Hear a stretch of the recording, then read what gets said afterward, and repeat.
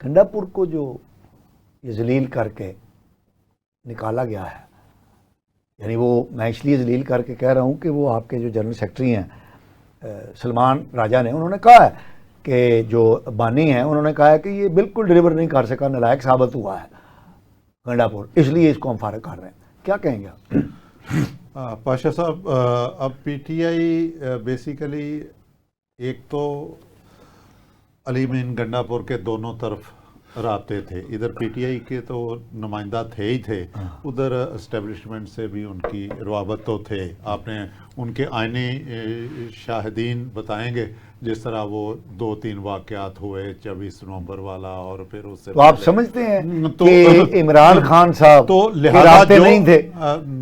عمران خان صاحب کے رابطے نہیں تھے؟ نہیں، ان کے رابطے عمران خان صاحب اب تک مینٹین نہیں کر رہے؟ ہاں، ابھی بھی رابطے ہیں کہ میرے رابطے کرا دو. لیکن وہ کہتے ہیں کہ یہ ان کا جو انسائٹ ہے اس کی پی ٹی آئی کی، کہ یہ وہ کام نہیں کروا سکے جو کروانا چاہیے تھا بینگ کے پی کے وزیر اعلیٰ. یہ عمران خان صاحب انہیں کہتے رہے کہ اے جنگ بند کراؤ.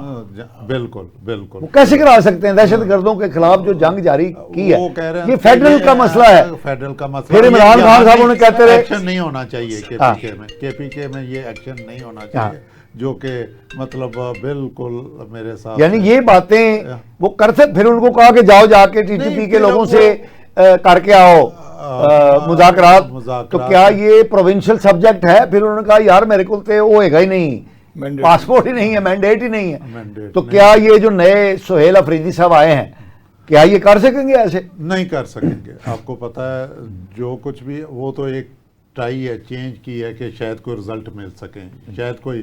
بیسیکلی اب پی ٹی آئی بھی ریلیف چاہ رہی ہے، کسی طریقے سے ریلیف ملے، ہم اس مطلب قید سے نکلیں اور ہمیں آزادانہ سیاست کرنے دی جائے، جو کہ مجھے نظر نہیں آ رہا. بے شک یہ انہوں نے تبدیلی لے آئے ہیں اور اس نے تو آمین کہا، علی امین گنڈا پور نے اپنی اس چینج پہ بھی آمین کہا. گو اندر سے ان کی پتہ نہیں انسائٹ کیا ہوگی، لیکن بظاہر انہوں نے یہی کہا کہ جو بانی پی ٹی آئی کا وہ سر تسلیم خان میں کرتا ہوں. نہیں، ظاہر ہے اس کی طاقت جو ہے وہ تو وہی ہے انہوں نے نومینیٹ کیا ہے. تو لیکن میرا اپنی رائے یہ ہے کہ یہ بھی اسی طرح اچھا ایک بات اتنا بھی پرفارم نہ کر سکے جتنا. اچھا مجھے ایک بات بتائیے میاں صاحب، ریاست نے فیصلہ کیا ہوا ہے کہ ہم نے ٹی ٹی پی، فتنۃ الخوارج، بی ایل اے، یہ وہ ان کو کچلنا ہے. آپ کہہ رہے ہیں ان سے مذاکرات کرو. کیا یہ ریاست کے خلاف جانا، ریاست کے موقف کے خلاف جانا، کیا یہ غداری نہیں ہے؟ نہیں، یعنی وہ روز ہمارے فوجی لوگوں کو، ہمارے فوجیوں کو، ہمارے افسران کو، جہاں ان کا بس چلتا ہے وہ وہاں ہمارے ریاستی اداروں کو یا ہمارے جوانوں کا نقصان کرتے ہیں جہاں، اور اس کے عوض ان کو بھی بھاری جانی نقصان اٹھانا پڑتا ہے. لیکن دیکھیں یہ ہوتا ہے، پالیسی ہوتی ہے کہ جب آپ کسی کو بہت زیادہ زیر کر لیتے ہیں تو پھر صلح یا بات چیت ہوتی ہے.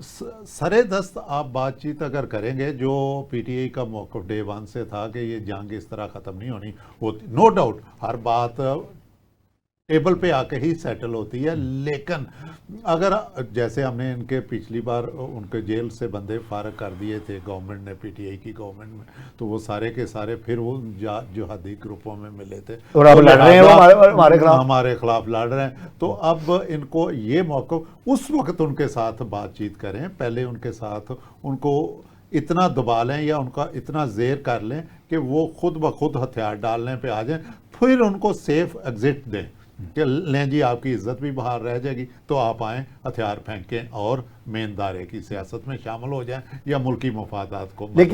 لیکن ایسا نہیں ہو رہا.